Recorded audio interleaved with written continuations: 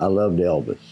I thought Elvis was the greatest thing it ever was. I walk around the house with a broom and, shake my butt. So we had a guitar in the closet that I had started learning to play.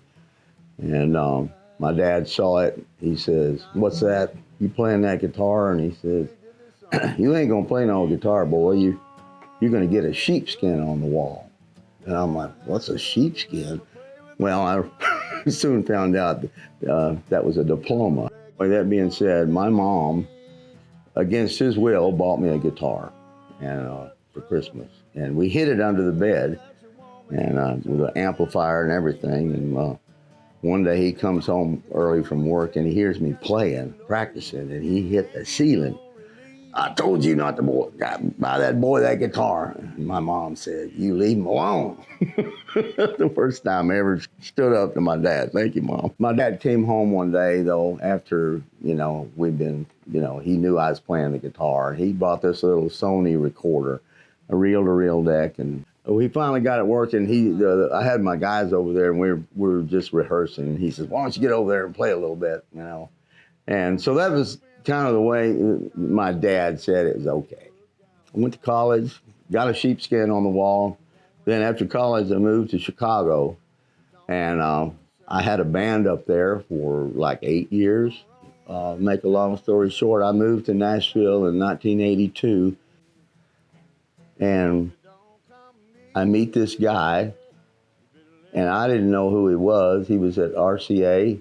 I mean, I knew his name, but I didn't know if I should go see him, but I did. I walked into his office at RCA Records, and he looks at me, and I got a big old cowboy hat on, and belt buckle, and leather jacket, and he says, "Well, come on in."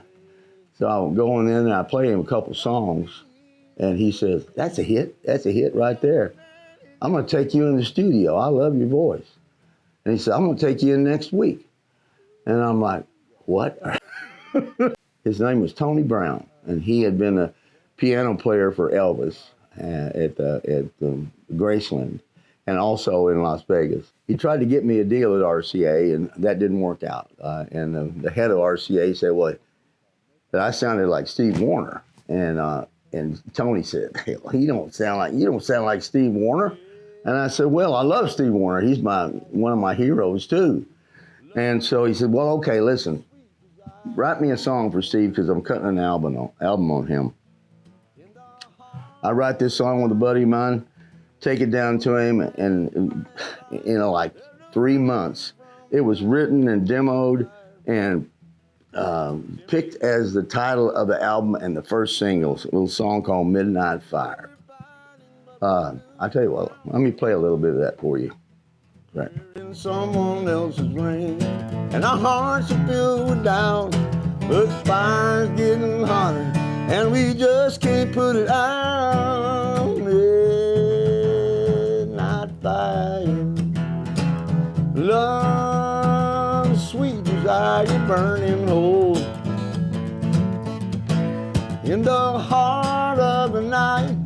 Once the flames are burning bright, there's no running from the light of a midnight fire.